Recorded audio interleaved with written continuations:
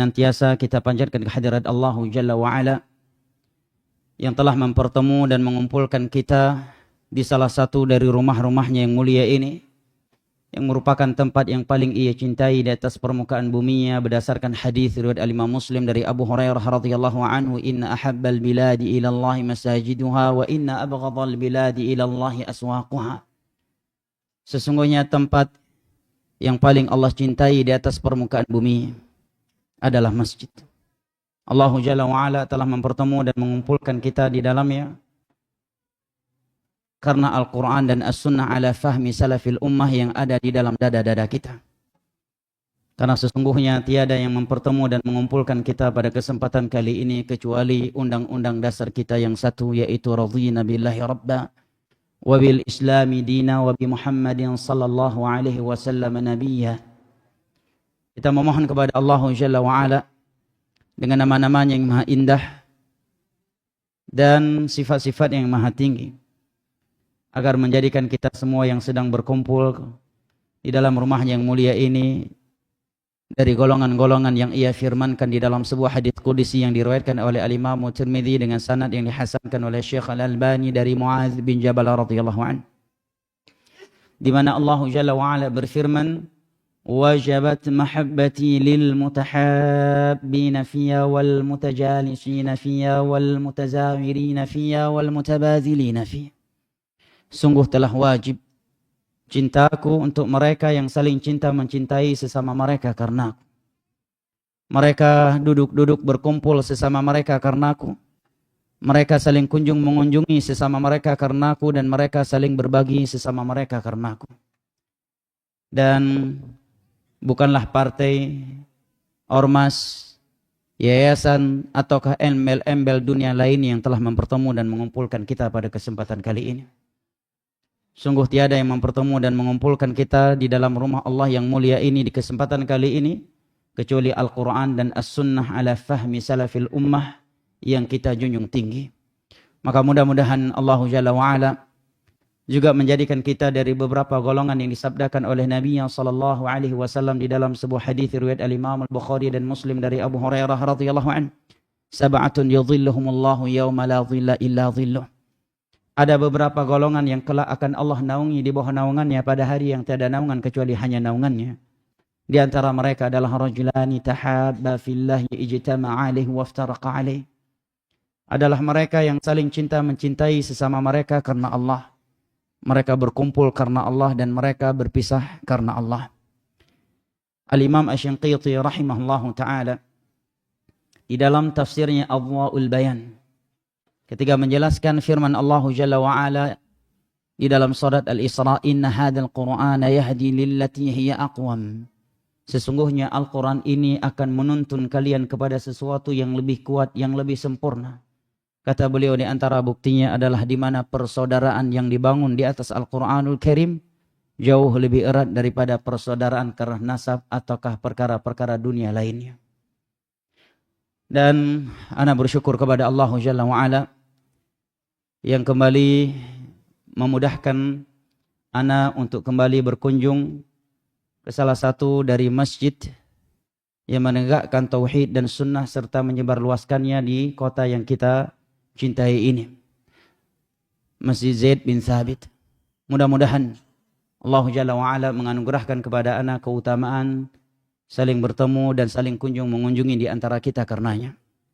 Di dalam sebuah hadis yang diriwayatkan oleh Al-Imam Muslim dari Abu Hurairah radhiyallahu anhu, Rasulullah sallallahu alaihi wasallam menyebutkan anna rajulan zara akhallahum fi qaryatin fa arsadallahu ala madarajatihi malaka. Ada seorang lelaki menempuh sebuah perjalanan, maka di tengah perjalanannya Allah mengutus kepadanya seorang malaikat. Kemudian malaikat tersebut bertanya kepadanya, aina turid? Hendak ke mana engkau wahai fulan? Qala uridu ziyarata akhilli fi hadhihi al-qaryah.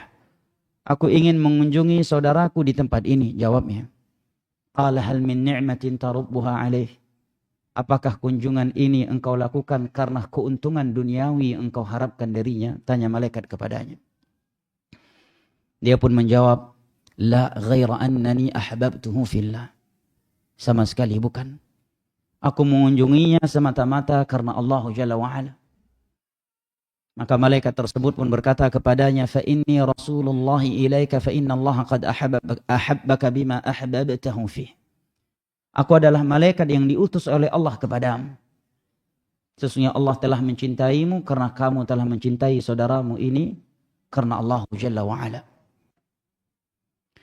Dan sebagaimana yang dikatakan oleh sebagian ulama salaf, ma baqiyat min ladzati dunya illa min thalath. Tidak ada yang tersisa dari kelezatan dunia ini kecuali hanya beberapa hal. Di antaranya adalah liqa'ul ikhwah fid din. Bertemu dengan saudara-saudara kita seakidah, seagama. Karena jamaah yang dimuliakan Allah, mereka yang berada di atas Al-Quran dan As-Sunnah ala fahmi salafil ummah. Jangankan di akhir zaman yang seperti ini. Di masa Hasan Al-Basri, di akhir-akhir masa tabi'in atau min sighari tabi'in yang bertemu dengan beberapa sahabat Nabi SAW.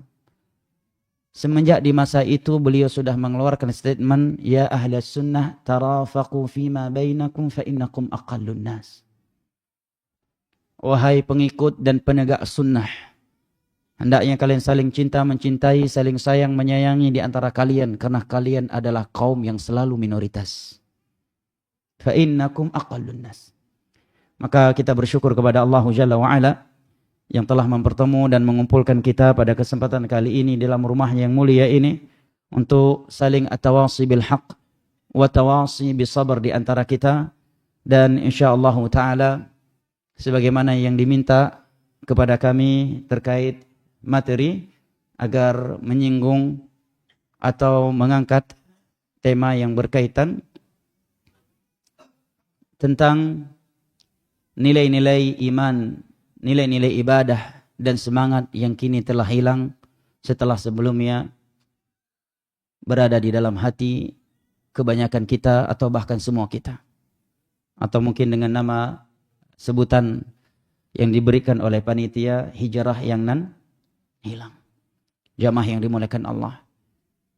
Memang tidak dipungkiri, iman itu yazidu wa yanqus. Iman itu bisa bertambah dan bisa berkurang. Dan ini merupakan akidah ahli sunnati wal jamaah dan yang membedakan mereka dengan selain mereka dari ahlul bidah. Ahli sunnati wal jamaah meyakini annal iman yazidu wa yanqus. Yazidu bil ta'ah wa yanqusu bil ma'siyah. Bahwa iman itu bisa bertambah dan bisa berkurang. Bahkan ketika putra Sufyan bin Uyainah bertanya kepadanya, wahai ayahanda, apakah iman itu bisa berkurang? Kata beliau, na'am. Kata beliau, yanqus wa yanqus hatta la yabqa minhu syai'. Iman itu bisa berkurang, kemudian berkurang sehingga tidak ada yang tersisa sedikit pun darinya. Alias keluar dari Islam. Bertambah karena ketaatan kepada Allah. Dan berkurang karena kemaksiatan kepadanya. Apalagi di akhir zaman seperti ini. Sangat mudah iman itu berkurang. Bahkan berpindah dari keimanan kepada kekufuran. Hanya dalam waktu antara pagi dan sore atau sebaliknya. Di dalam sebuah hadis yang diriwayatkan oleh Imam Muslim dari Abu Hurairah radhiyallahu anhu. Rasulullah sallallahu alaihi wasallam bersabda, badiru bil a'mali fitana kaqita'il lailil muzlim yusbihu ar-rajulu mu'mina wa yumsi kafira wa yumsi mu'mina wa yusbihu kafira yabi'u dinahu bi'ardin minad dunya. Segeralah kalian beramal di masa yang sudah penuh fitnah. Fitnah di dalam bahasa Al-Quran dan As-Sunnah ada 12 maknanya. Namun secara umum makna fitnah itu ada dua, fitnah syubhat dan fitnah syahwat. Fitnah syubhat adalah ideologi-ideologi yang bertentangan dengan Al-Quran dan As-Sunnah ala fahmi salafil ummah, namun tersamarkan bagi sebagian orang. Dan menganggapnya sebagai ideologi yang benar dan lurus. Fitnah syahwat adalah kecondongan jiwa untuk melakukan hal-hal yang telah Allah Jalla wa'ala haramkan. Meskipun Allah tidak mengharamkannya kecuali karena sesuatu yang Allah haramkan tersebut mendatangkan kejelekan terhadap dunia dan akhiratnya. Maka Nabi mengatakan, segeralah kalian beramal di masa yang sudah penuh fitnah. Karena fitnah itu bagaikan potongan-potongan malam yang sangat gelap. Seseorang yang berjalan di dalam kegelapan malam, dia membutuhkan cahaya yang menerangi jalan untuknya. Seorang yang berjalan di dalam kegelapan malam, dia penuh dengan kewaspadaan dan kehati-hatian. Karena apabila dia salah sedikit melangkah, mungkin dia akan terjerumus ke dalam jurang yang ada. Dia penuh dengan kewaspadaan. Jangan sampai diterkam oleh binatang-binatang buas atau dirampok oleh para perampok. Dan tidaklah dia berhenti kecuali untuk suatu kebutuhan yang sangat darurat. Demikianlah seorang mukmin yang berjalan di dunia ini. Penuh dengan kehati-hatian. Karena bila dia salah melangkah, terkadang satu langkah yang salah dapat menggeserkan dia dari tauhid ke syirik.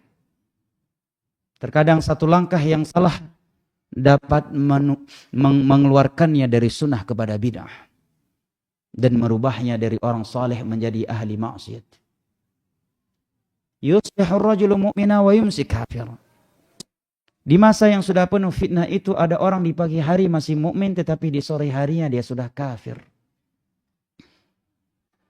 Ada juga yang di sore harinya dia masih mukmin tetapi di pagi harinya dia sudah kafir. Yabi'u dinahu bi'aradhin minad dunya. Dia rela menjual agamanya dengan secuil dari dunia ini. Ini menerangkan kepada kita jamaah yang dimuliakan Allah bahwasanya iman itu terkadang bukan hanya sekedar bisa berkurang, bahkan bisa menghilang. Dan tidak ada yang tersisa sedikit pun darinya. Berpindah dari keimanan kepada kekufuran hanya dalam kurun waktu antara pagi dan sore. Oleh karenanya jamaah yang dimuliakan Allah, di dalam sebuah hadis yang diriwayatkan oleh Al-Imam Tabrani dan juga selainnya dihasankan oleh sebagian ulama, Nabi bersabda, innal iman la yakhlaq fi jawfi ahadikum kama yakhlaqu ath-thawb fas'alullah an yujaddidal imana fi qulubikum. Sesungguhnya iman yang ada di dalam hati kalian, yang ada di dalam dada kalian, dia dapat mengusang sebagaimana pakaian itu dapat mengusang. Maka memohonlah kepada Allah selalu agar Allah selalu memperbaharui iman kalian. Ini perintah dari Nabi SAW telah beliau ucapkan lebih dari 1400 tahun yang lalu. Padahal di hadapan beliau saat itu adalah orang-orang yang sebagian nama mereka telah ditunjuk sebagai penduduk syurga. Di hadapan beliau saat itu adalah orang-orang yang sebagian mereka telah ditunjuk batang hidungnya sebagai penduduk syurga. Beliau belum menyaksikan pintu-pintu fitnah syahwat dan syubhat seperti yang kita saksikan hari ini. Dan beliau berada saat itu di kota Madinah. Dan di hadapan beliau adalah jamaah salat 5 waktu di belakang beliau. Tetapi sudah mengeluarkan perintah yang seperti ini. Sesungguhnya iman itu dapat mengusang. Sebagaimana pakaian itu bisa mengusang. Maka memohonlah kepada Allah selalu agar Allah memperbaharui keimanan kalian. Karena jamaah yang dimuliakan Allah, jangankan kita, sekali para sahabat Nabi SAW saja terkadang mereka merasakan keimanannya berubah dan berkurang dari satu keadaan yang lainnya. Dari satu tempat ke tempat yang lainnya. Diriwayatkan oleh Al-Imam Al-Bukhari dari sahabat yang mulia Hamdalah Al-Ansari Ar-Ribi'i, salah satu dari penulis wahyu yang turun kepada Nabi SAW. Artinya bukan orang biasa. Salah satu penulis wahyu yang turun kepada Nabi SAW. Suatu ketika beliau berpapasan dengan Abu Bakar radhiyallahu anhu di salah satu kota Madinah. Ingat, di salah satu kota Madinah, bukan di Amerika, bukan di Perancis. Bukan juga di kota-kota besar yang penuh fitnah syahwat dan syubhat lainnya. Kata beliau, laqiyani Abu Bakr radhiyallahu anhu fi ba'dhi turuqil Madinah. Suatu ketika aku berpapasan, bertemu dengan Abu Bakar radhiyallahu anhu di salah satu jalan di kota Madinah. Aku pun menyampaikan kepada beliau, nafaqa Hanzalah, nafaqa Hanzalah, nafaqa Hanzalah.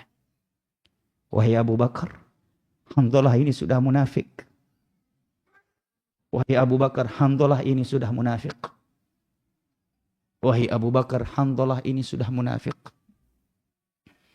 Mendengar kalimat tersebut keluar dari mulut seorang sahabat yang selama ini menjadi pencatat wahyu yang turun kepada Nabi SAW.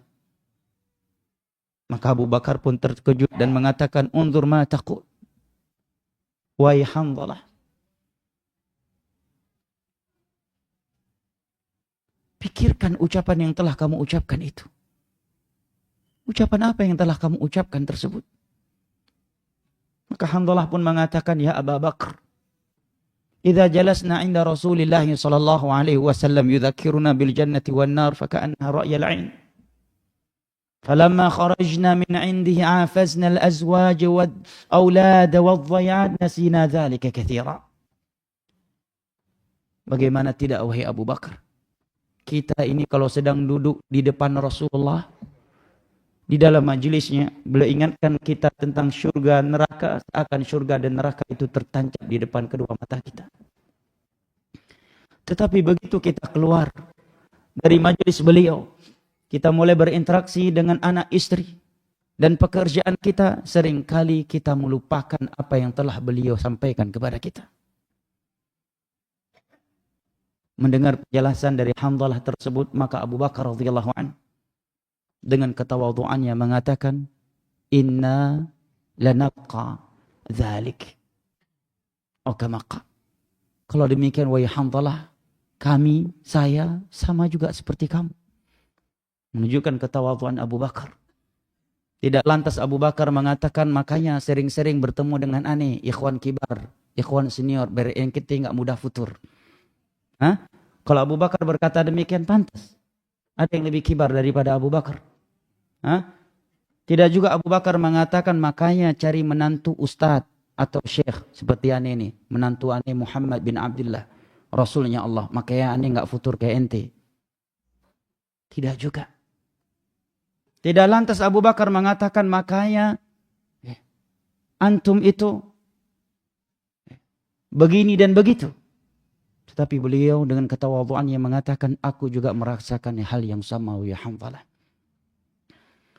Maka beliau berdua pun mendatangi Nabi SAW.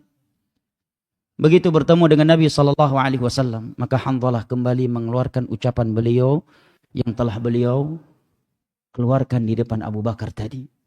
Nafaqa Hanzalah, nafaqa Hanzalah, nafaqa Hanzalah. Wahai Rasulullah, Hanzalah ini telah munafik. Wahai Rasulullah, Hanzalah ini telah munafik. Wahai Hanzalah, wahai Rasulullah, Hanzalah ini telah munafik. Nabi pun bertanya kepada Hanzalah, apa yang telah terjadi wahai Hanzalah? Maka beliau pun menjelaskan apa yang telah beliau jelaskan kepada Abu Bakar tadi. Wahai Rasulullah, ketika kami duduk di dalam majelis, engkau berbicara tentang syurga dan neraka, seakan syurga dan neraka itu tertancap di depan kedua mata kami. Tetapi begitu kami keluar dari majelismu, berinteraksi dengan anak istri dan pekerjaan kami, seringkali kami melupakannya. Maka Nabi SAW mengatakan, andai kata kalian bisa istiqamah, kondisi hati kalian itu bisa sama dengan kondisi hati kalian ketika di dalam majelisku. Ketika kalian berada di jalan kalian dan di tempat tidur kalian, la safahatkumul malaikah. Maka malaikat Allah akan berjabat tangan dengan kalian. Tetapi tidak ada yang mampu melakukannya. Walakin ya Hanzalah sa'ah. Akan tetapi wahai Hanzalah, waktu demi waktu. Artinya Allah dan Rasulnya tidak menuntut agar hati kita harus selalu sama kondisinya dari satu waktu ke waktu yang lainnya. Tidak mungkin sama kondisi hati yang sedang berada di dalam majelis ilmu agama dengan hati yang sedang di luar majelis ilmu agama dan di depan pintu-pintu dunia. Yang menjadi syahid dari hadis ini untuk pembahasan kita di malam hari ini, jamaah yang dimuliakan Allah, adalah betapa para sahabat Nabi SAW mengontrol level dan keadaan iman mereka. Sehingga terkadang sebagian mereka memvonis diri mereka sebagai munafik. Juga di antara pelajaran yang dapat kita petik dari hadis yang mulia ini adalah apabila sekaliber para sahabat Nabi, Abu Bakar, Hamzalah, pencatat wahyu yang turun kepada Nabi SAW wa radhiya anhuma, mereka merasa imannya bisa berkurang dan bisa lalai tatkala meninggalkan majelis ilmu Rasulullah SAW. Padahal andai kata mereka keluar dari majelisnya Rasulullah, anak istri mereka sahabat, kita berani memvonis pekerjaan mereka 100% halal. Jangankan yang haram, yang syubhat pun mungkin tidak ada di dalamnya. Toh salat 5 waktu mereka di dalam Masjid Nabawi dan imamnya adalah Nabi SAW. Kalaupun mereka ke pasar, maka pasar di Madinah saat itu tidak seperti pasar di hari kita ini. Penuh maksiat, zina mata, musik, sumpah palsu dan sebagainya. Nah, bersama dengan itu mereka merasakan perubahan terhadap iman mereka tatkala mereka tidak hadir di dalam kajian ilmu Rasulullah SAW. Dan mereka tinggal di Madinah, di tengah-tengah padang pasir yang terhempit oleh gunung-gunung batu.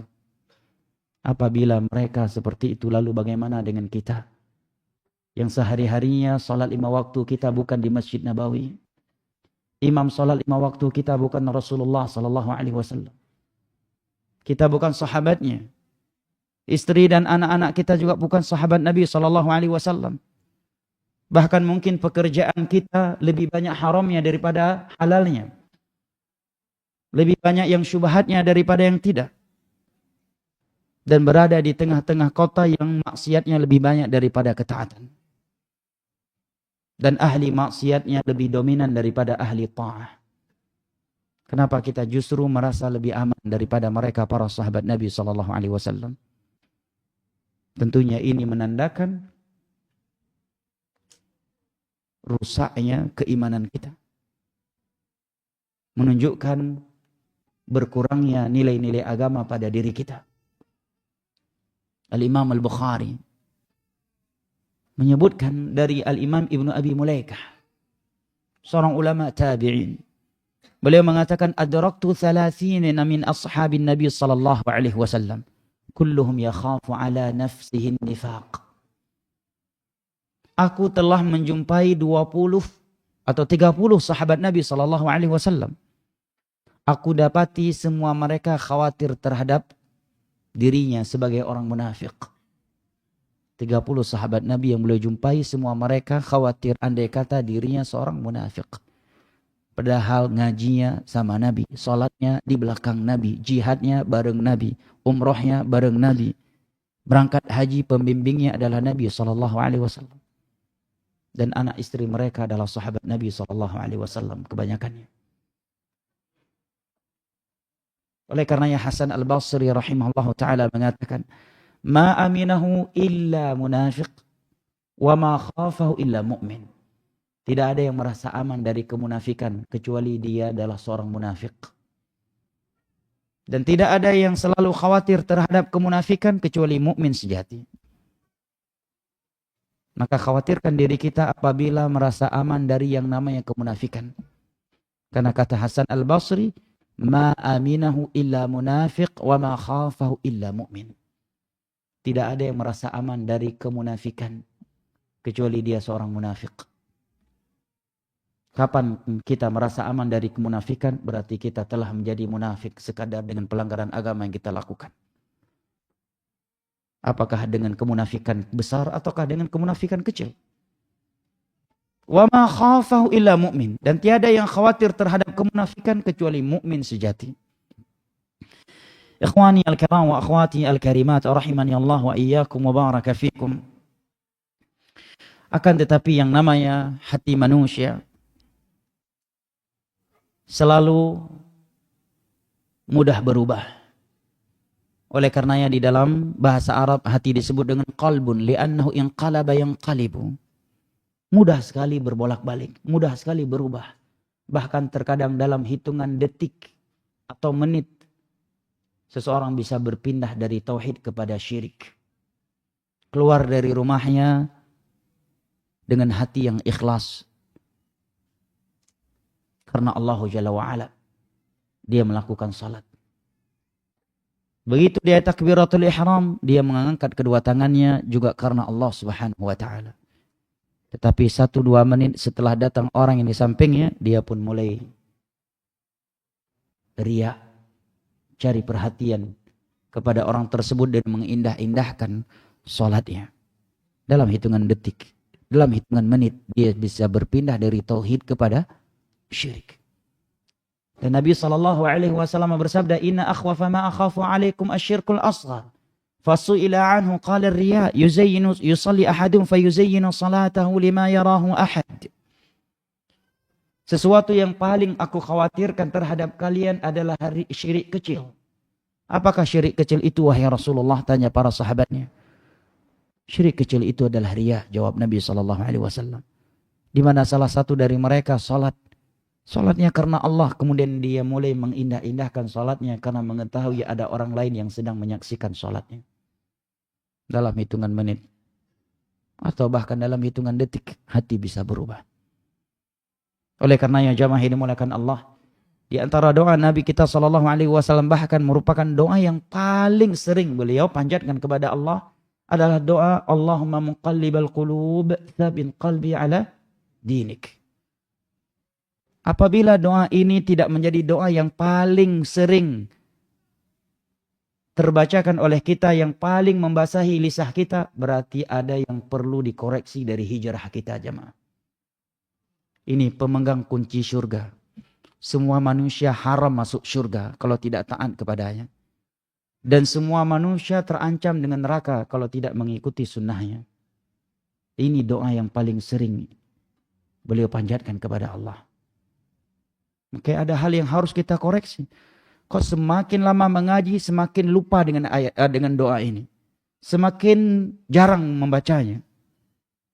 Justru di awal-awal mengaji, justru di awal-awal hijrah, doa ini selalu kita panjatkan siang dan malam.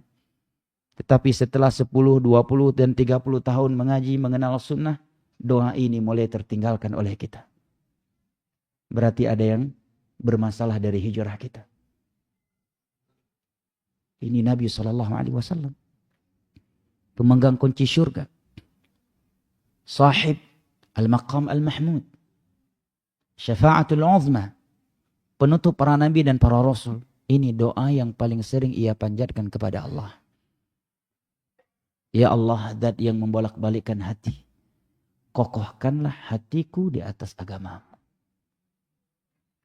Ikhwani al-kiram wa akhwati al-karimat rahimani Allah wa iyyakum wa baraka fikum.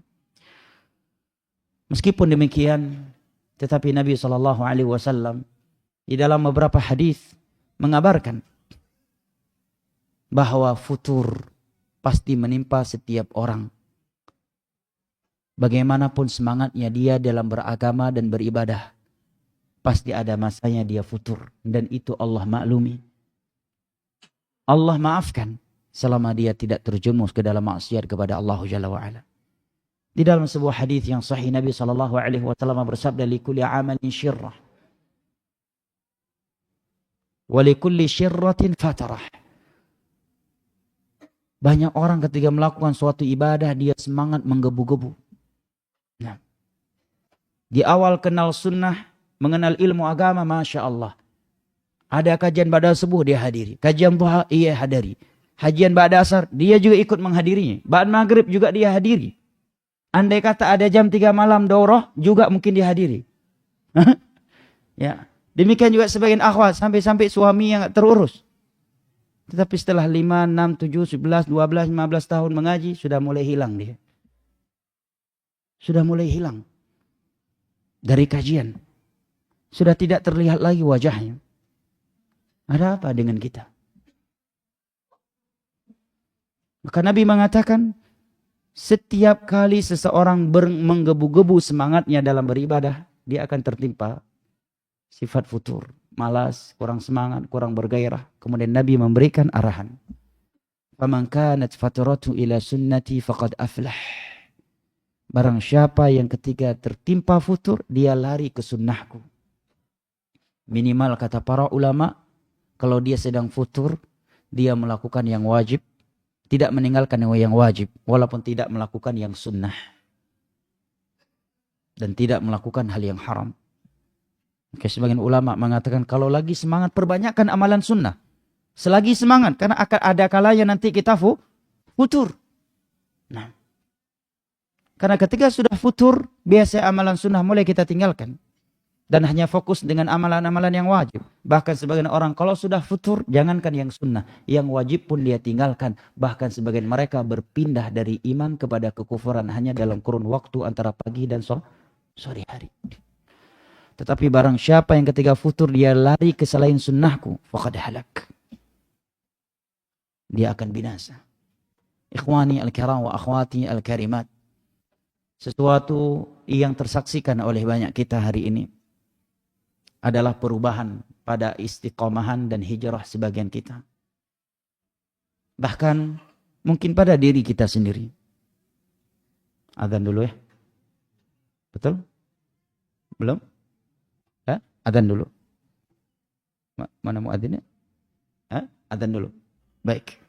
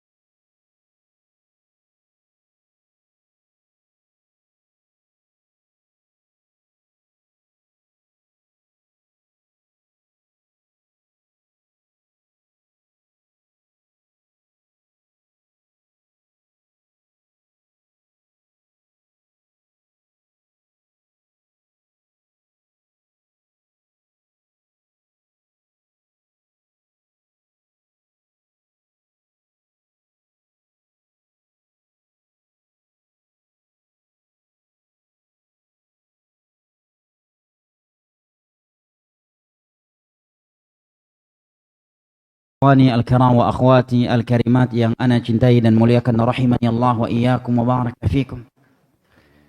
Fenomena yang terkadang kita sendiri mengalaminya setelah sekian lama hijrah, mengenal sunnah, dan juga menimpa sebagian orang-orang sebagai orang-orang yang mungkin sebagian mereka justru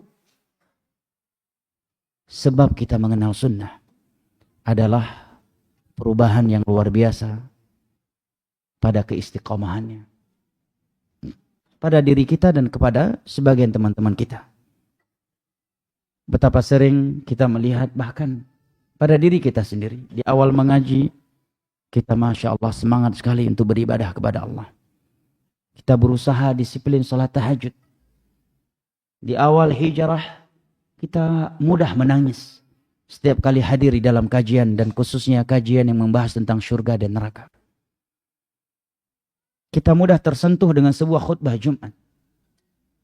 Tetapi setelah sekian lama hijrah, setiap kali kita menghadiri kajian atau mendengarkan khutbah Jumat, seakan semua isi kajian tersebut untuk teman yang kita bawa kajian, bukan untuk kita sama sekali. Bahkan terkadang sebagian kita mengatakan setelah kajian tuh tadi, sekian nasihat Ustaz, mudah-mudahan ente dapat hidayah. Bahkan mungkin ada yang berkata, alhamdulillah si fulan hadir, mudah-mudahan dapat hidayah tuh dengan teguran Ustaz tadi. Dari awal sampai akhir kajian, semuanya untuk orang lain jemaah, enggak ada satupun untuk kita. Nah, di awal-awal kita hijrah mudah sekali menangis ketika salat tahajud. Mudah bersedekah. Hati ini tidak mudah suudzon kepada orang lain. Ketika hari Jumat selalu berusaha datang di awal waktu. Tidak ada seruan sedekah untuk membela agama Allah kecuali kita termasuk dari orang yang terdepan dalam melakukannya. Lalu kenapa setelah sekian lama hijrah, ibadah kita justru semakin berkurang? Mestinya sebaliknya. Kenapa mestinya sebaliknya? Karena Nabi bersabda, innamal a'malu bil khawatim. Amalan itu dengan penutupnya. Hadis riwayat Al-Imam Al-Bukhari dari Sahal bin Sa'd As-Sa'idi radhiyallahu anhu. Beliau juga bersabda, yub'atsu kullu 'abdin 'ala ma mata 'alaih. Setiap hamba itu akan dibangkitkan di atas apa dia dimatikan. Hadis riwayat Al-Imam Muslim dari Jabir bin Abdullah radhiyallahu anhu. Allah Jalla wa Ala juga berfirman, wa'bud rabbaka hatta ya'tiyakal yaqin. Beribadahlah engkau kepada Rabbmu sehingga kematian datang kepadamu. Dan sebagian ulama salaf mengatakan, ma min yaumin marra 'alaika illa wa qad naqasa ba'du ajalik. Sesungguhnya tidak ada satu hari yang lewat, yang berlalu, yang engkau lalui kecuali sudah semakin berkurang jatah hidupmu di dunia ini. Mestinya semakin kita lama mengaji, semakin kita lama di dalam Islam ini, semakin dekat dengan Allah, semakin banyak ibadah kita, semakin disiplin tahajud kita, semakin lembut hati kita, semakin mudah kita menangis. Karena ibadah menangis karena takut kepada Allah itu adalah ibadah yang sangat mulia. Justru ia merupakan ciri khas mereka orang-orang saleh, orang-orang yang telah benar-benar mengenal Allah Jalla wa'ala. Bukankah Nabi kita SAW bersabda, ainani la tamassuhuman nar. Ada dua mata yang tidak akan disentuh oleh api neraka. Yang pertama adalah ainun bakat min khasyatillah. Adalah mata yang menangis karena takut kepada Allah. Kapan terakhir kali kita menangis di hadapan Allah, jemaah? Mungkin sebagian kita mudah menangis ketika berdoa karena kehilangan dunia yang pernah ia miliki. Bukan karena mengenang dosa-dosa yang telah ia lakukan kepada Allah. Dan yang kedua, Nabi mengatakan, ainun tahrusu fi sabilillah. Mata yang begadang di jalan Allah Jalla wa'ala. Dan kalau kita melihat kepada para sahabat Nabi SAW, siapakah yang paling semangat ibadahnya? Siapakah yang paling disiplin ibadahnya? Siapakah yang paling semangat bersedekah? Siapakah yang paling membela dakwah Nabi? Dan siapakah yang paling sering di kajian Nabi SAW? bukan yang baru ngaji dari mereka. Justru yang paling lama ngaji, yaitu Abu Bakar radhiyallahu anhu. Kenapa kita justru sebaliknya? 5 tahun awal ngaji, Masya Allah semangat menggebu-gebu. Andai kata ada kajian jam 3 malam pun mungkin dia hadiri. Setelah 11 tahun mengaji, setelah 15 tahun, setelah 20 tahun mengaji, mulai menghilang. Demikian juga tahajudnya. Salat sunnah rawatibnya. Nah, padahal kalau kita melihat kepada para sahabat Nabi, justru yang paling senior dari mereka adalah yang paling semangat mengaji, yang paling semangat bersedekah, yang paling mudah menangis. Abu Bakar radhiyallahu anhu. Aisyah radhiyallahu anha mengatakan, "Ma qara'al Qur'ana illa akhadhahul buka." Tidaklah Abu Bakar radhiyallahu anhu membaca Al-Quran kecuali menangis. Ketika Umar radhiyallahu anhu datang membawa setengah hartanya, setengah dari hartanya Abu Bakar membawa seluruh hartanya. Nah, bahkan Nabi SAW mengatakan, "Inna min amannin nas alayya fi suhbatihi aw malih Abu Bakar radhiyallahu anhu." Atau inna amannan nas.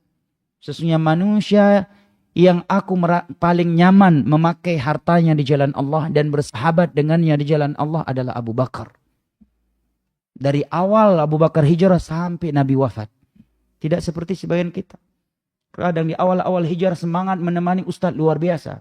Setelah mengaji 15 tahun, 20 tahun seakan membela agama Allah itu hanya untuk orang-orang yang baru ngaji. Adapun kalau sudah jadi ikhwan kibar, ya cukup menjadi juri dan wasit saja. Nah, Abu Bakar setelah pindah ke Madinah, apakah lantas semangat beliau menurun? Apakah semangat beliau di dalam beribadah terkalahkan oleh sahabat-sahabat lain yang baru kenal Islam dan sunnah? Tidak. Apakah setelah beliau pindah ke Madinah, beliau berkata kepada sahabat-sahabat yang baru mengaji, semangat-semangatlah kalian ngaji. Kalian belum merasakan bagaimana perjuangan kami dulu di fase Mekah. Semangat-semangatlah kalian hadir di kajian ya Rasulullah. Kami dulu 13 tahun di Mekah. Luar biasa perjuangan kami. Sekarang saatnya kalian jadi panitia dakwah. Kami sudah pada senior, sudah kepada kibar. Kami sudah menjadi panitia dakwah Nabi semenjak kami di Mekah. 13 tahun lamanya. Kalian belum merasakan apa-apa. Apakah demikian sikapnya Abu Bakar dan as-sabiqin al-awwalin minal muhajirin lainnya? Tidak jamaah. Yang paling senior mengaji, dia yang paling semangat ibadah. Yang paling sering menangis. Yang paling lembut hatinya. Yang paling dahsyat salat malamnya. Yang paling sempurna sedekahnya. Yang paling sempurna akhlaknya. Kenapa sebagian kita justru sebaliknya? Berarti ada hal yang harus dikoreksi. Justru terkadang sebagian kita semakin lama mengaji, mengenai hijrah, semakin jarang hadir kajian ilmu. Semakin jarang bersedekah. Nah, semakin lama hijrah, semakin jarang menangis ketika membaca Al-Quran dan salat tahajud. Pada Nabi SAW mengatakan, "Alaikum bi salatil lail fa innahu da'bus salih, fa innaha da'bus salihin." Alaikum bi qiyamil lail fa innahu da'bus salihin. Hendaknya kalian menjaga salat malam karena salat malam merupakan rutinitasnya orang-orang saleh. Jamaah yang dimuliakan Allah, yang akan Allah lihat adalah penutup kita. Bukan bagaimana 20 tahun yang lalu kita. Bukan bagaimana semangat kita membela dakwah 20-30 tahun yang lalu. Yang menjadi penentu di hadapan Allah adalah innamal a'malu bil khawatim. Amalan itu dengan penutupnya. Tidak ada yang mengalahkan ibadah hanya Abu Bakar. Dan beliau adalah ikhwan yang paling kibar. Demikian juga as-sabiqin al-awwalin minal muhajirin yang lainnya. Tidak lantas setelah mereka pindah ke Madinah, ya, mereka lepas tangan dengan alasan sudah banyak ikhwan-ikhwan baru. Kita yang sudah senior dan kibar sudah saatnya menikmati hasil perjuangan kita. Nah, padahal Allah mengatakan wa'bud rabbaka hatta ya'tiyakal yaqin. Maka di hari Nabi SAW wafat sebagaimana dalam Sahih Bukhari, Di saat para sahabat Nabi SAW mengalami don yang luar biasa, bahkan sebagian mereka belum menerima Nabi telah wafat. Umar berteriak di dalam masjid, barang siapa yang berani mengatakan Nabi wafat, adrib unqah, saya penggal lehernya. Abu Bakarlah yang berdiri kokoh, berkhutbah di tengah-tengah mereka dengan khutbah yang mengembalikan semangat perjuangan mereka membela Islam. Abu Bakar setelah membuka khutbahnya dengan pujian kepada Allah dan salawat kepada Nabi SAW mengatakan, "Man kana ya'budu Muhammadan fa innahu qad mat. Wa man kana ya'budu Allah fa innahu al-hayyul ladzi la yamut." Barang siapa yang selama ini beribadah karena Muhammad, maka Muhammad hari ini telah mati. Ibadahnya juga akan mati. Ibadah dia juga akan hilang. Barang siapa yang selama ini jihadnya karena Muhammad, begitu Muhammad mati, jihadnya pun akan hilang. Barang siapa yang selama ini ke Masjid Nabawi salat 5 waktu karena Muhammad, dengan matinya Muhammad berarti dia juga akan hilang dari Masjid Nabawi. Barang siapa yang selama ini sedekahnya karena Muhammad, maka Muhammad telah mati, maka dia pun akan berhenti bersedekah. Wa man kana ya'budullah, tetapi barang siapa yang beribadah karena Allah, fa innahul hayyul ladzi la yamut, sesungguhnya Allah Maha hidup, tidak akan mati. Artinya dia akan tetap semangat beribadah kepada Allah Jalla wa'ala, karena yang dia ibadahi adalah Allah, dan dia beribadah karena Allah. Bahkan semakin dia lama mengaji, semakin semangat. Kenapa? Karena semakin kita melewati hari-hari di dunia ini, berarti semakin berkurang jatah hidup kita di dunia ini. Semakin dekat kita dengan akhirat. Disebutkan oleh Al-Imam Al-Bukhari sebuah athar secara mu'allaq di dalam Kitabur Riqaq dari sahihnya, bahwasanya Ali bin Abi Thalib radhiyallahu anhu mengatakan, "Inna dunya wallat mudbirah wa innal akhirata aqbalat muqbilah." Dunia ini semakin hari semakin menjauh dari kalian, semakin berpaling dari kalian. Sementara akhirat yang kalian jauhi justru semakin hari semakin dekat. Semakin hari kita dengan kematian semakin dekat atau semakin jauh, jemaah? Semakin dekat. Alam barzah semakin hari semakin dekat dengan kita atau semakin jauh? Semakin dekat. Hari kiamat semakin dekat atau semakin jauh? Semakin dekat. Tetapi terkadang kita justru sebaliknya. Semakin lama mengaji, semakin jauh dari ibadah. Awal-awal ngaji, Masya Allah, mudah tersindir dengan kajian. Mudah menangis, mudah baper. Tapi setelah puluhan tahun mengaji, setiap isi hadir di kajian, seakan semua isi kajian untuk orang lain, bukan untuk kita. Salat malam hanya di bulan Ramadan. Salat tarawih itu pun kalau enggak COVID. Itu pun kalau enggak COVID.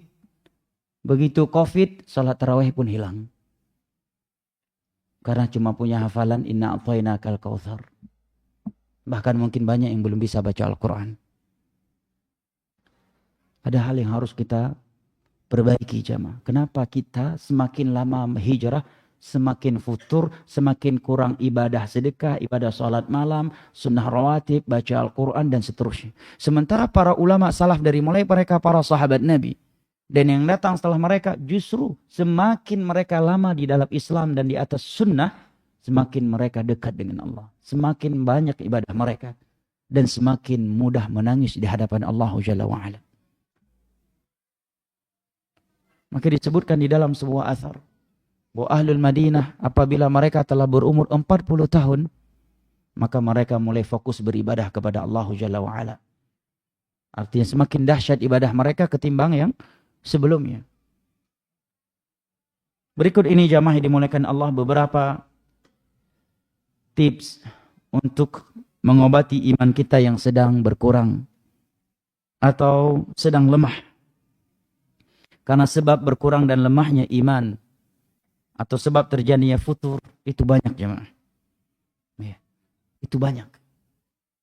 Di antaranya jauhnya kita dari lingkungan orang-orang yang mentauhidkan Allah dan mengikuti sunnah Rasulullah SAW serta semangat beribadah. Maka Nabi kita SAW diingatkan oleh Allah dengan firman-Nya di dalam surat Al-Kahf, wasbir nafsaka ma'al ladzina yad'una rabbahum bil ghadati wal 'ashi yuriduna wajhah wa la ta'du 'ainaka 'anhum turidu zinatal hayatid dunya ولا تطيع من أغفلنا قلبه عن ذكرنا واتبع هواه وكان أمره فرطا. Bersabarlah engkau wahai Muhammad bersama mereka yang mentauhidkan Allah siang dan malam, yang tidak mengharapkan kecuali wajah Allah Jalla wa'ala. Jangan kamu berpaling dari mereka karena perhiasan dunia yang kamu inginkan. Walaupun terkadang ketika kita berada di sebuah lingkungan yang di dalamnya banyak ahli tauhid, pengikut sunnah, ada saja ujian yang ada di dalamnya. Akan tetapi jamaah yang dimuliakan Allah, seburuk-buruk saudara kita yang mentauhidkan Allah, bukan pelaku syirik, yang berada di atas sunnah Nabi, bukan di atas bid'ah, ribuan kali dia lebih baik dari orang terbaik tetapi pelaku syirik dan bid'ah. Dan betapa sering seseorang meninggalkan lingkungan yang baik demi dunia. Maka Nabi kita diingatkan di dalam ayat ini, bersabarlah engkau dengan mereka yang siang dan malam mentauhidkan Allah. Mereka tidak mengharapkan kecuali wajah Allah. Jangan kamu berpaling dari mereka karena perhiasan dunia yang kamu inginkan. Jangan kamu mengikuti orang-orang yang telah kami lalaikan hatinya dari berzikir kepada kami, dan salat adalah waladzikrullahi akbar. Wa kana amruhu furta, dan orang yang seperti itu urusannya selalu di dalam keterpurukan dan kehancuran. Nabi kita masih diingatkan oleh Allah untuk bertahan di lingkungan yang penuh ahli tauhid. Dan sangat banyak keuntungannya. Di antaranya adalah menjaga keimanan kita. Dan apabila kita meninggal dunia, maka mereka yang akan menjadi jamaah salat jenazah kita. Dan di dalam hadis yang diriwayatkan oleh Imam Muslim dari Abdullah bin Abbas radhiyallahu anhuma, Nabi bersabda, "Ma min muslim yamutu fayaqumu ala jinazatihi 40 rajula la yusyrikuna billahi syai'a illa syafa'ahumullahu fi."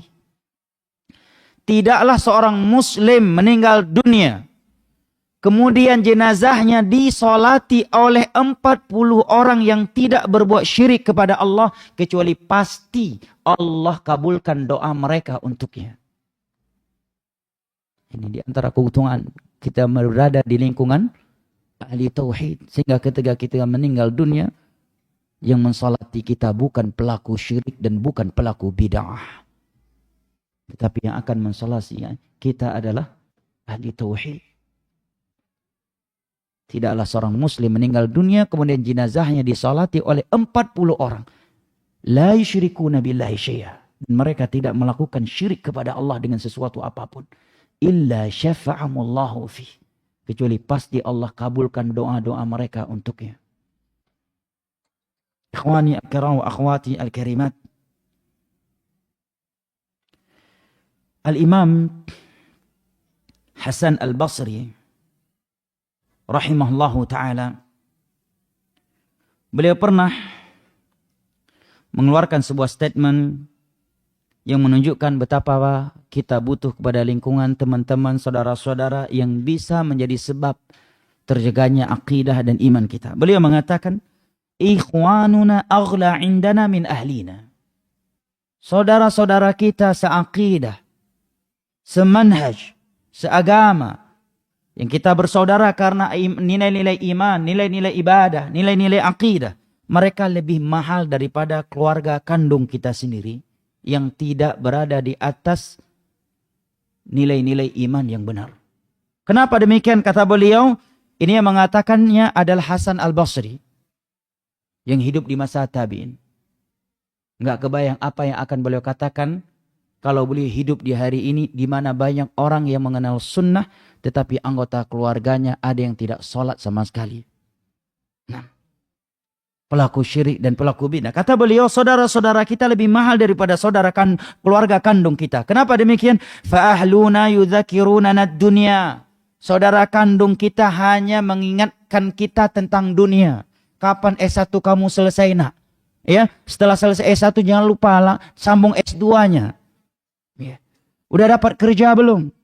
Bagaimana karirmu? Bagaimana jabatanmu? Sampai kapan kamu berada di jabatan itu? Lettingmu yang lain jabatannya sudah demikian. Letengmu sudah punya ini, punya itu. Kamu masa nggak pandai cari duit? Dan seterusnya. Mereka hanya mengingatkan kita tentang dunia. Wa ikhwanuna yudhakirunana al-akhirah. Sementara ikhwan kita, saudara-saudara kita yang seakidah, semanhaj, seagama, di atas Al-Quran dan As-Sunnah, mereka mengingatkan kita tentang akhirat. Nah, ini telah beliau ucapkan di masa itu. Lebih dari 1000 tahun yang lalu, beliau mengeluarkan statement ini. Nah,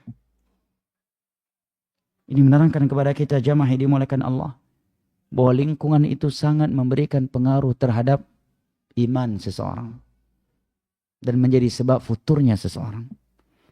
Saya kira semua jamaah pernah mendengar hadis Nabi SAW yang diriwayatkan oleh Al-Imam Bukhari dan Muslim dari Sa'ad bin Sinan Abu Sa'id Al-Khudri radhiyallahu an. Ketika Nabi SAW menyebutkan anna rajulan fi man kana qablakum qad qatala 99 nafsa. Hadis yang panjang. Ada seseorang di masa Bani Israel telah membunuh 99 orang. Kemudian dia bertanya, di manakah ada orang yang paling berilmu, dia ingin taubat. Dia pun mendatangi orang yang berilmu, orang yang dianggap berilmu tersebut, padahal ahli ibadah yang jahil. Dia pun bercerita, aku telah membunuh 99 jiwa. Adakah itu taubat untukku? Dia pun menjawab dengan perasaannya, sekarang kamu baru mau taubat setelah membunuh orang 99 orang? Tidak ada lagi taubat untukmu. Akhirnya dia putus asa dan membunuh orang yang mengatakan pintu taubat telah tertutup untuknya tersebut, sehingga genaplah menjadi 100 orang korban pembunuhannya. Syahidnya adalah yang setelah itu. Kemudian dia kembali bertanya, di manakah ada orang yang paling berilmu? Setelah diberitahukan kepadanya orang yang berilmu sesungguhnya, dia pun mendatangi dan menyampaikan bahwa dia ingin taubat dan dia telah membunuh 100 orang. Maka alim tersebut pun menasihatinya dan mengatakan, tidak ada yang menghalangi engkau untuk bertobat kepada Allah. Setelah itu alim tersebut berkata kepadanya, intaliq ila ardi kada wa kada fa inna biha unasan ya'buduna Allah fa'budillaha ma'ahum wa la tarji' ila ardika fa innaha ardusu. Pergilah engkau ke suatu tempat, ke sebuah lingkungan. Di sana banyak orang-orang yang mentauhidkan Allah. Tinggallah engkau bersama mereka mentauhidkan Allah. Dan jangan sekali-kali engkau kembali lagi ke lingkunganmu, ke daerahmu. Karena daerahmu itu adalah daerah yang buruk. Para ulama mengatakan hadis ini menjelaskan kepada kita betapa lingkungan itu memberikan pengaruh terhadap iman, akidah seseorang di dalam beragama. Dan yang paling penting dari lingkungan yang baik itu adalah lingkungan rumah tangga kita, jemaah. Ini yang paling penting. Tidak dipungkiri seseorang jika memiliki istri yang salihah, dia pun akan ikut semangat, ya kan? 2-3 malam nggak sholat witir, nggak tahajud, tetapi dia melihat istrinya tidak pernah meninggalkan tahajud, akhirnya terpanggil juga untuk tahajud. Masa saya sebagai pemimpin nggak tahajud, istri saya sebagai yang dipimpin justru disiplin tahajudnya. Tentunya kita akan semangat setiap kali melihat istri kita membaca Al-Quran, menjaga sholat duha, bangun di sepertiga akhir malam, sholat tahajud, menangis di hadapan Allah. Kita pun akan termotivasi untuk menjadi lebih baik dari istri kita sebagai seorang pemimpin. Demikian juga wanita. Betapa banyak wanita justru setelah bersuami ibadahnya lebih hancur. Dia mengira dengan menikah dengan seorang santri ibadahnya menjadi lebih bagus. Rupanya suaminya yang dikatakan santri itu lebih sedikit ibadahnya daripada orang awam. Terkhusus sholat tahajud. Betapa banyak wanita sebelum menikah disiplin tahajud. Setelah menikah dengan seorang laki-laki yang dikatakan sebagai santri, justru tidak pernah sholat tahajud lagi kecuali maksimumnya 3 rakaat. Bahkan mungkin hanya 1 rakaat. Karena suaminya menghafal hadis Nabi, autiru walau wahidah. Witirlah kamu walaupun 1 rakaat. Betapa banyak anak ikhwah, anak perempuan ikhwah, justru setelah menikah dengan seorang santri terkadang ibadahnya lebih hancur. Nah, okay. Pasangan itu sangat memberikan pengaruh terhadap futur tidaknya kita, semangat tidaknya kita dalam beribadah. Dalam hadis riwayat Imam Abu Dawud, Nabi SAW bersabda, rahimallahu imra'an istayqadha min naumihi faqama min al-lail thumma ayqadha ahlahu fa in abat nadha fi wajhiha min al-ma'. Rahmat Allah kepada seorang suami yang bangun dari tidurnya di malam hari, kemudian dia salat malam. Setelah itu dia membangunkan istrinya yang masih tidur. Dan tatkala istrinya masih enggan bangun, dia pun memercikkan air ke wajah istrinya agar mudah bangun. Nadhah itu memercik. Yang namanya memercikkan air adalah dengan tetesan-tetesan air yang masih tersisa di telapak tangan. Kalau mengambil air begini, ini namanya menyiram. Kalau udah pakai gayung, itu bukan memercik, itu namanya tsunami. Nabi mengatakan dia pun memercikkan air ke wajah istri agar istrinya mudah bangun sholat tahajud. Betapa beruntungnya wanita-wanita yang memiliki suami yang seperti ini. Tapi sebaliknya terkadang justru semenjak dia punya suami, bersuami dengan dia, nggak pernah lagi sholat tahajud. Itu sebagian orang yang udah ngaji. Ya. Sebelum menikah, Masya Allah tahajud sebagian wanita. Setelah menikah, justru hilang tahajudnya.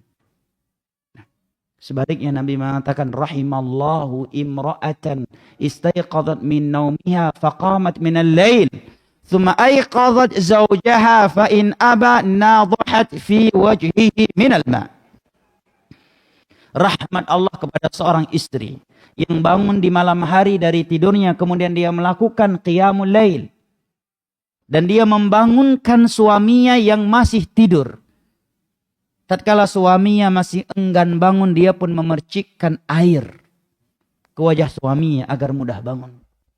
Ini menerangkan kepada kita jamaah dimuliakan Allah, apabila kita memiliki pasangan yang salihah, seorang wanita memiliki suami yang saleh, maka itu akan menjaga semangatnya dalam beribadah kepada Allah.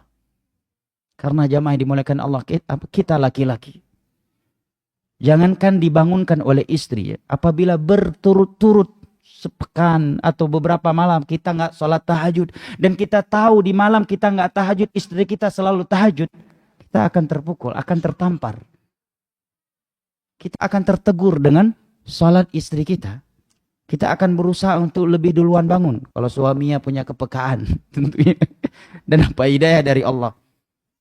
Tapi paling tidak dia akan berusaha untuk bangun. Lihat Nabi kita SAW dalam Sahih Bukhari dan Muslim dari Ibunda Aisyah radhiyallahu anha mengatakan, kana Rasulullah SAW yattaki'u fi hijri fa yaqra'ul Qur'an wa ana haid.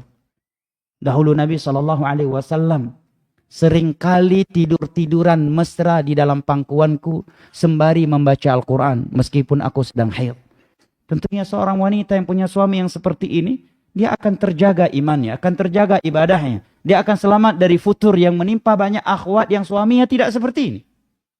Di saat dia sedang futur, suaminya datang tidur-tiduran dalam pangkuannya atau duduk di sampingnya membacakan Al-Quran. Wanita mana yang tidak bertambah imannya ketika memiliki suami yang seperti ini? Wanita mana yang tidak akan selamat, yang tidak selamat dari futur kalau dia punya pasangan yang seperti ini? Aisyah juga mengatakan bahwa Nabi SAW pernah berkata kepada beliau, "Ara'aiti law annaki miti qabli." Wahai Aisyah, bagaimana seandainya kamu lebih duluan mati daripadaku, maka aku yang akan memandikanmu, aku yang akan mengkafankanmu, dan aku yang akan menguburkanmu. Nah, oleh karena ya jamaah dimuliakan Allah, bagi yang belum menikah, pertimbangkan baik-baik calon pasangan. Ingat pesan Nabi SAW. Memang secara umum wanita itu dinikahi karena kecantikannya, karena hartanya, karena nasabnya yang bagus. Maksudnya dari para tokoh, dari bangsawan. Dan karena agamanya. Keumuman wanita dinikahi karena 4 hal ini. Kalau orang Arab, mereka lebih mengutamakan sisi nasabnya. Dari kabilah mana dia. Kalau ada 2 wanita, satunya dari kabilah kecil, yang satunya lagi dari kabilah yang besar, dan tidak lebih cantik dari yang kabilah kecil, mereka akan lebih memilih yang dari kabilah besar. Orang-orang Yahud mengutamakan sisi kecantikan atau harta. Sementara orang-orang Nasara mengutamakan dari sisi kecantikan. Maka Islam datang menjelaskan semua itu penting untuk diperhatikan. Tetapi yang paling penting adalah sisi agamanya. Taribat yadak. Ini yang paling penting. Dan bagi kita yang sudah menikah jamaah, mari kita benahi kembali rumah tangga kita. Mari kita menjadi seorang suami yang menjadi sebab istri kita kembali semangat sholat tahajud. Mari kita menjadi seorang suami yang menjadi sebab istri kita kembali semangat membaca Al-Quran. Mari kita menjadi suami yang menjadi sebab istri kita kembali semangat menjaga sholat sunnah rawatib. Sholat duha, membaca Al-Quran, bersedekah. Demikian juga kaum wanita. Bagi ummahat yang telah menikah, berusaha semaksimal mungkin untuk menjadi seorang istri yang salihah yang karena anti suami anti selamat dari futur dan bisa bangkit dari futur. Nah, ikhwani al-kiram wa akhwati al-karimat rahimani Allah wa iyyakum wa baraka fikum. Tentunya tidak ada tips yang lebih utama untuk kita realisasikan demi menjaga keimanan kita dan menyelamatkan kita ketika futur selain daripada doa. Selain daripada doa. Dan doa yang paling utama dalam hal ini adalah doa yang paling sering dipanjatkan oleh Nabi tercinta kita sallallahu alaihi wasallam. Allahumma muqallibal qulub, tsabit qalbi ala dinik. Ya jamaah, sebagian orang pernah ngaji sama Nabi sallallahu alaihi wasallam, tetapi setelah Nabi meninggal dunia sallallahu alaihi wasallam mereka murtad. Padahal pernah salat di belakang Nabi. Pernah ngaji sama Nabi. Pernah berangkat haji bareng Nabi. Tetapi ada yang murtad setelah Nabi meninggal. Nah, demikian juga ada sebagian ulama yang justru menjadi ateis. Pernah dengar nama Abdullah Al-Qasimi. Ini seorang ulama selevel Syekh bin Baz. Bahkan di masa itu EQ-nya lebih tinggi dari keumuman ulama di masa itu. Memiliki kitab yang sangat bagus. Perang terbuka terhadap kaum ateis atau liberal. Bahkan sebagian ulama mengatakan seakan dia telah membeli surga dengan bukunya ini. Bagusnya tulisannya tersebut. Mati sebagai ateis. Padahal dia sebelumnya adalah ulama sunnah. Yang sangat berani menegakkan tauhid dan sunnah, memerangi syirik, bidah, dan khususnya dalam membantah kaum ateis dan kaum liberal. Mati sebagai orang ateis dan memperolok-olok kaum muslimin yang menuhankan Allah ketika dia turun ke Mesir. Dia memperolok-olok kaum muslimin yang menuhankan Allah Subhanahu wa taala. Itu seleting dengan Syekh bin Baz, seleting dengan Syekh Abdurrahman As-Sa'di, Syekh Utsaimin. EQ-nya di atas rata-rata. Mati sebagai orang yang ateis. Apalagi kita. Ya. Kita hidup di akhir zaman, ente masih bujang lagi, jomblo lagi, bujang lapuk lagi. Terus mau jauh dari Al-Quran dan Sunnah, jauh dari majelis ilmu agama. Ada santriwati kita sudah hafizah 30 juz Al-Quranul Karim. Futur, kemudian memilih jadi istri seorang pendeta. Terjadi salah satu pulau Sumatera ini. Hafizah 30 juz Al-Quranul Karim. Sudah nutup aurat dengan sempurna. Mungkin kurang sabar nunggu ustadz, tak ada yang kunjung datang melamarnya. Udahlah mau ustadz sebelah aja. Jadi istri seorang pendeta. Akhir zaman. Allahumma muqallibal qulub, tsabit qulubana ala dinik. Ikhwani al-kiram wa akhwati al-karimat rahimani Allah wa iyyakum wa baraka fikum. Mungkin ini sepatah dua patah nasihat yang dapat Anda sampaikan pada kesempatan kali ini. Dan yang pertama kali Anda tujukan dengan nasihat-nasihat ini adalah diri Anda pribadi.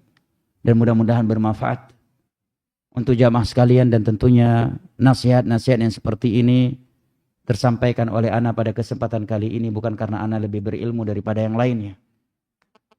Sungguh di masjid ini penuh dengan jadwal asatidah yang lebih berilmu dan lebih bertakwa kepada Allah. Bahkan sebagian mereka telah menegakkan dakwah sunnah ini dan ana belum mengenal apa itu sunnah dan tauhid. Akan tetapi ini dalam rangka ta'awun alal birri wa taqwa, dan saling nasihat menasihati di antara kita yang Allah dan Rasulnya perintahkan. Mudah-mudahan bermanfaat dan mudah-mudahan Allah Jalla wa'ala kembali mempertemu dan mengumpulkan kita di dalam syurganya ma'an nabiyyin wassiddiqin wasyuhada'i wassalihin wa hasuna ulaika rafiqa, sebagaimana ia telah mengumpulkan kita di dalam rumahnya yang mulia ini di atas Al-Quran dan As-Sunnah ala fahmi salafil ummah. Innahu waliyu dzalika wal qadiru alaih. Wa sallallahu ala nabiyyina Muhammad wa ala alihi wa sahbihi wa sallam wa akhiru da'wana anil hamdulillahi rabbil alamin. Wassalamu alaikum warahmatullahi wabarakatuh.